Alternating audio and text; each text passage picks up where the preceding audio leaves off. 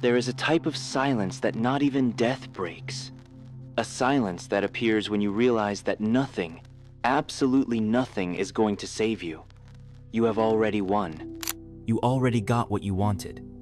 The diploma, the job, the body, the house with warm light and a new sofa, the messages on your phone, the applause, the sex, the money. And yet, there is that gap looking at you from within. A taste of nothing in the middle of your mouth. A feeling that if all that disappeared tomorrow, it would not matter. And perhaps you cannot even explain what it is. You just know it is there. A depth, a weariness, a dull noise that no one hears but does not stop. A certainty whispered in the dark that everything is a construction, that everything is a distraction, that everything is a farce. But if all that is a lie, what is true, you have no answer. And most people don't either. So they fill themselves up, they gorge, they get addicted, they cling to God, to someone, to an ideology, to routine. They create meaning where there is none. They invest hope like someone betting on the lottery, just so they do not have to face what comes when everything ends. Nothingness. But what if nothingness was not a mistake? What if it was the truth no one has the courage to look at? What if all this, the fear, the void, the escape, is just resistance against something that is here all the time, naked, waiting to be seen? This is what Nagarjuna glimpsed, and that is why he did not build temples. He tore them all down. Today you will meet the man who looked into the void and said, "This is where freedom lies." Nothing hurts more than waking up and realizing that you could simply disappear, and the world would remain the same. You are not necessary. This is a truth no one wants to face. The planet spins without you. The city continues. The sun rises, cars honk, clocks tick, you die, and at most, someone posts a generic phrase, "Rest in peace." After that, silence, oblivion, routine.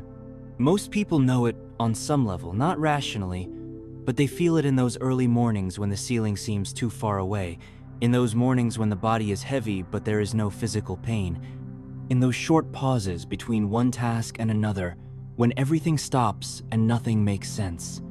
They call this the void, but the name is too soft. It is not just absence. It is a type of unbearable presence.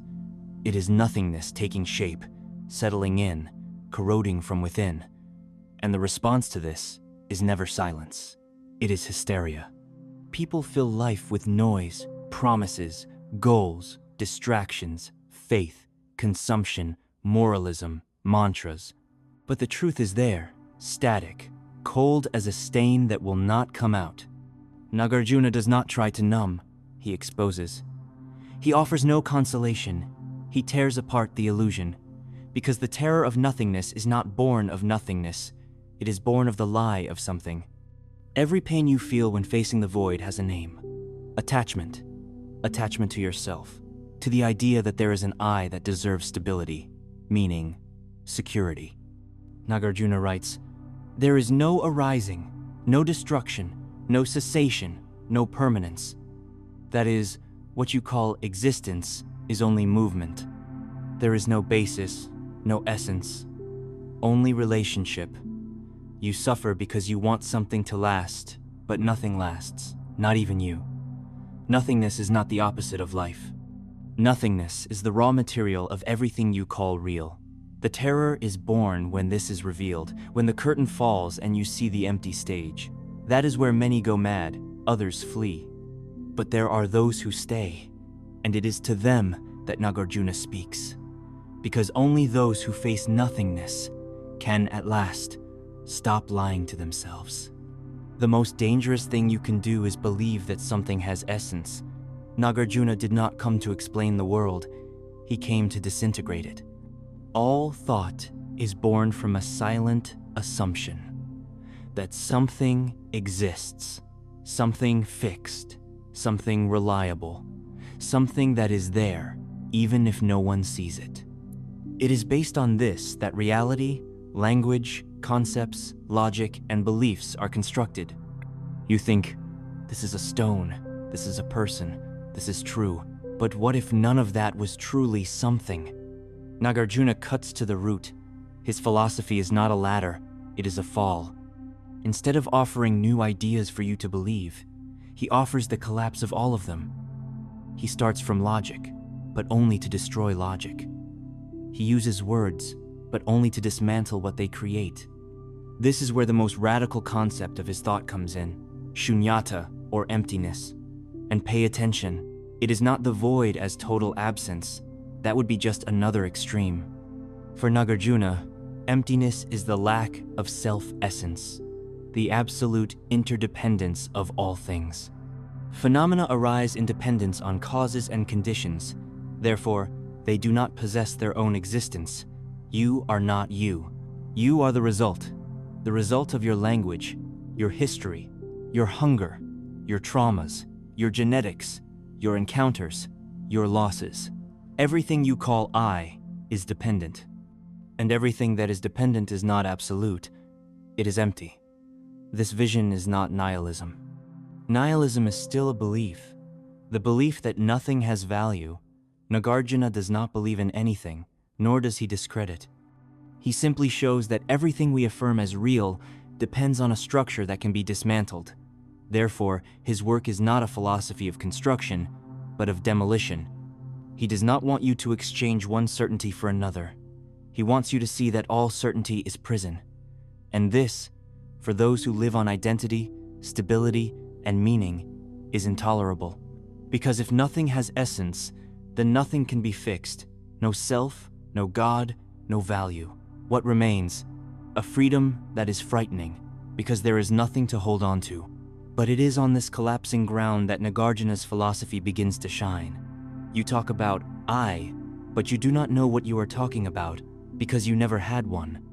What you call I is just the noise that remains when everything else is silent. There is nothing more sacred in the human experience than the feeling of being someone, a center, a fixed point. A subject who feels, who thinks, who chooses. You believe that someone is in there, even if you do not know exactly who. This assumption is not a conclusion, it is a necessity. You need to believe this so as not to fall apart. And that is precisely where Nagarjuna aims. He does not destroy the ego for pleasure, he simply states.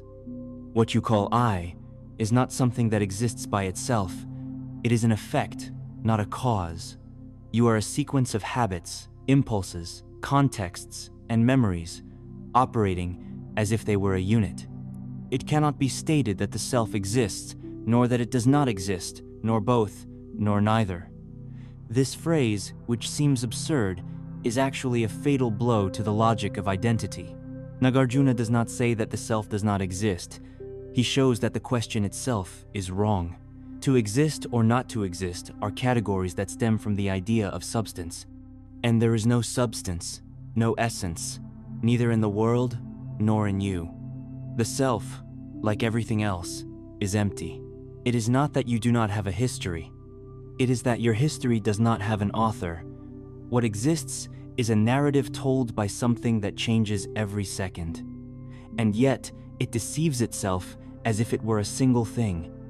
Suffering arises when you try to protect that illusion. You suffer because you want to preserve what was never stable. You say, I am confused, as if there were a fixed you that gets confused. But the confusion is you, and when it passes, another state appears. Joy, fear, boredom a parade without an owner. Reality has no center, and neither does consciousness. Nagarjuna offers no consolation. He offers the destruction of the mask. And as violent as this sounds, it is in that collapse that the only real opportunity for freedom exists. Because if there is no one to defend, there is also no one to hurt. And what remains is an honest silence. The end of the fiction of the self. If you felt something crumbling up to this point, then perhaps you are ready. Religion is not born of faith. It is born of fear. The fear that all this disorder is just that without a plan, without a purpose, without salvation. When chaos tightens, the human invents a center. They call it God, or justice, or unconditional love, or karma, or mission. The name matters little. They are all just wrappers for the same obsession. This cannot be all. But Nagarjuna accepts no consolation. His philosophy is a bonfire, and into it he throws even the last idols. He does not even spare Buddhism itself. He who understands emptiness abandons all views. View here is not just ideology. It is any attempt to fix reality into something defined, solid, secure. Even the idea of a path, of enlightenment, of ultimate truth. Everything is dismantled. Because any belief that attempts to establish itself as real falls into the trap of essence, and everything that carries essence is a lie, by definition. Do you believe in love? Nagarjuna would tell you, love depends on absence, on lack, on time, on the other. Do you believe in justice? Nagarjuna would tell you, justice depends on context, culture, morality, language. Do you believe in God? Nagarjuna would tell you, which one? The one who punishes or the one who forgives? The one who created the world or the one who does not interfere at all? Everything is dependent.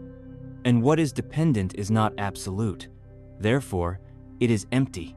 The collapse is complete. And it is not just philosophical, it is existential. You see it in those who had everything and still fell. People who were religious for decades and, in the end, found no meaning. People who built an entire family and then woke up without the will to continue. People who gave everything to an ideal and were betrayed by it. That is where the last God dies. Not the God of the sky, the internal God, the illusion that something, somewhere, could still save you from yourself. Nagarjuna does not offer you another God. He does not replace the old with the new. He leaves you alone, facing what is, without crutches, without dogma, without recycled hope. And that void, that seems like the end of everything, may be the only place where something true can be born.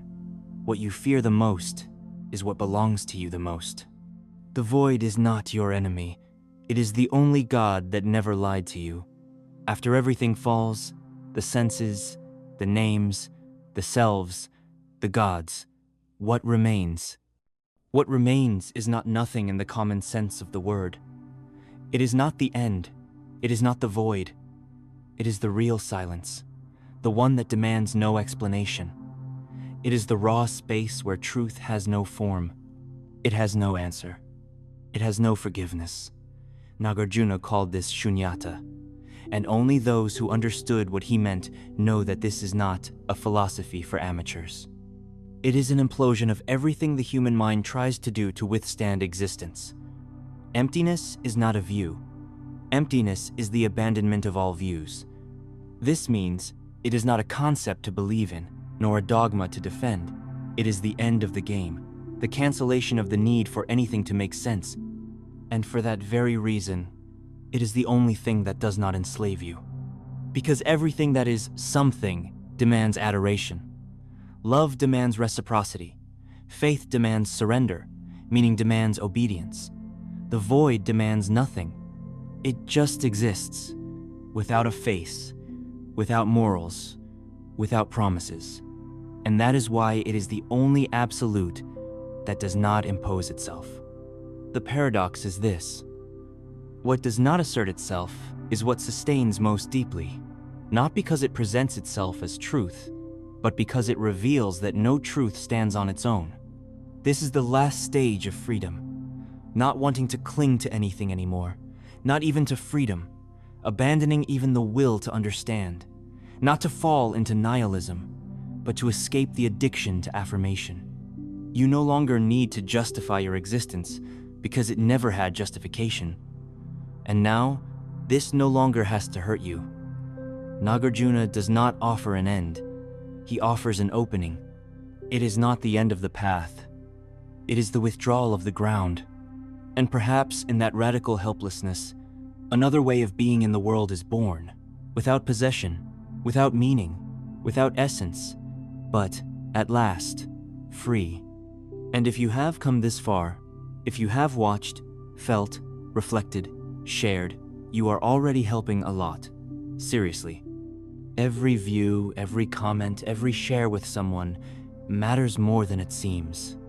But if you want to go further, if you want to strengthen this project, help me continue producing content like this, content that does not fit in, that does not sell easy relief. You can become a channel member. Members have access to exclusive content, closed discussions, and a community that also thinks differently. A community that does not settle for the superficial. It is a space for those who do not run away from the most difficult questions. And there is also the thanks button, a YouTube feature that allows you to support the channel with any amount.